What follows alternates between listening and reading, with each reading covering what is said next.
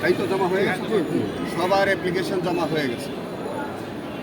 আমাদের public prosecutor মানে পিপি আজকালকের মধ্যেই নিয়োগ হবে, আমরা যতদূর জানি, বা দেখা যাক আল্লাহ ভরসা, খুব তাড়াতাড়ি হয়তো নিয়োগ হয়ে যাবে।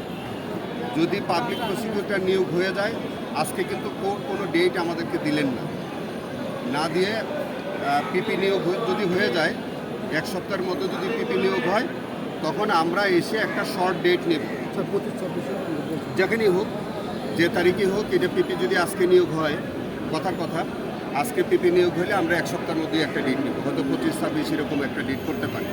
এই জন্য জজ সাহেব এখন কোনো তারিখ দিলেন না, যে উনি বললেন যে পিপি নিয়োগ সাপেক্ষে যেদিন পিপি নিয়োগ হবে তার ওই দিন হয়তো 5-7 দিনের মধ্যে আবার একটা ডেট হবে।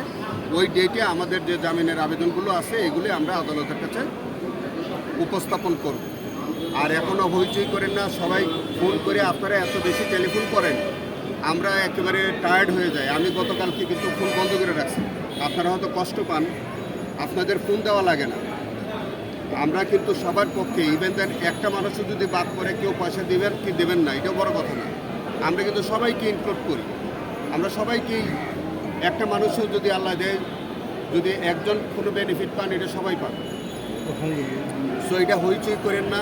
আর আপনারা ফেসবুকে লেখালেখি করেন অনেকেই, এইগুলি করবেন না দয়া করে। অনেকে গ্রুপ টুপ খুলছেন আমি দেখছি, এইসব ফেসবুকে গ্রুপ খোলেন, আমাদের আইনজীবীরাও কেউ কেউ আছে, আমি নাম না বললাম, এগুলো আমাদের জন্য প্রফেশনাল, এটা মিসকন্ডাক্ট, এগুলো আমরা পারি না করতে।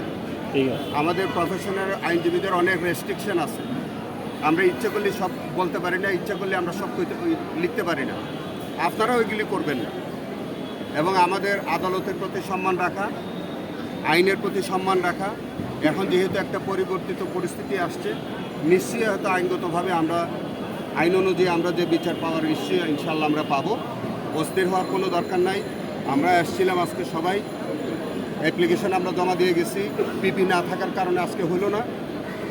যেদিন পিপি নিয়োগ হবে, আমরা শুনতেছি যে হয়তো অচিরেই হয়ে যাবে, যেদিন পিপি নিয়োগ হবে তার হয়তো ওই দিন 2-4-5 দিনের মধ্যেই আবার একটা ডেট আমরা এসে নিব, এবং ওই দিন আপনারা জানতে পারবেন।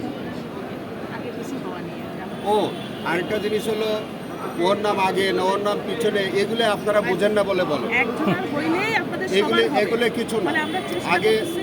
আগে আমাদেরকে আমাদের মতো করে কাজ করতে দেন। এইটা আমরা আইনজীবীরা, আমরাও যদি কিছু বলার থাকে আমরা পরামর্শ করে নিব। এইটা আপনারা আমাদের কীভাবে শুনানি হবে, কিভাবে কি হবে, এগুলো আপনারা জানতে চায়েন না। এগুলো জানলে ভুল বোঝাবুঝি হয়, আর এত ব্যাখ্যা আমরা দিতেও পারি না।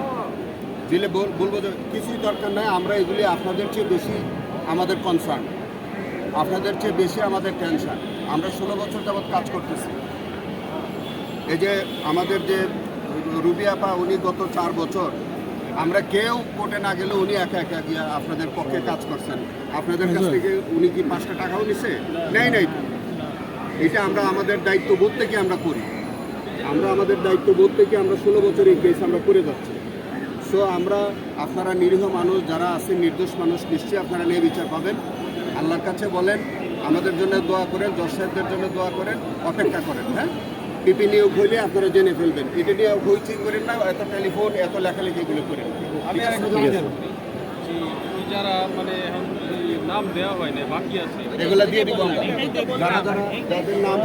যাদের নাম বাকি করছে, যদি আপনাদেরকেও বাদ করে থাকে, আমাদের সাথে যোগাযোগ করেন। যার যে লয়ার, যাকে পছন্দ করেন, যাকে যে পছন্দ করেন, সেখানে বলছি না যে সব আমার কাছে চলে আসবেন, সব অমুকের কাছে চলে যাবেন, সব ফারুক সাহেবের কাছে যাবেন, তা না। আপনাদের যার যাকে মনে চায় তার কাছেই যাবেন। গিয়ে আপনারা যদি কেউ বাদ করে নাম, তার নামটা আপনারা ওখানে দিয়ে, স্যার আমাদের নামটা ইনক্লুড হয়েছে কিনা এটা আমরা জানাই দেবো।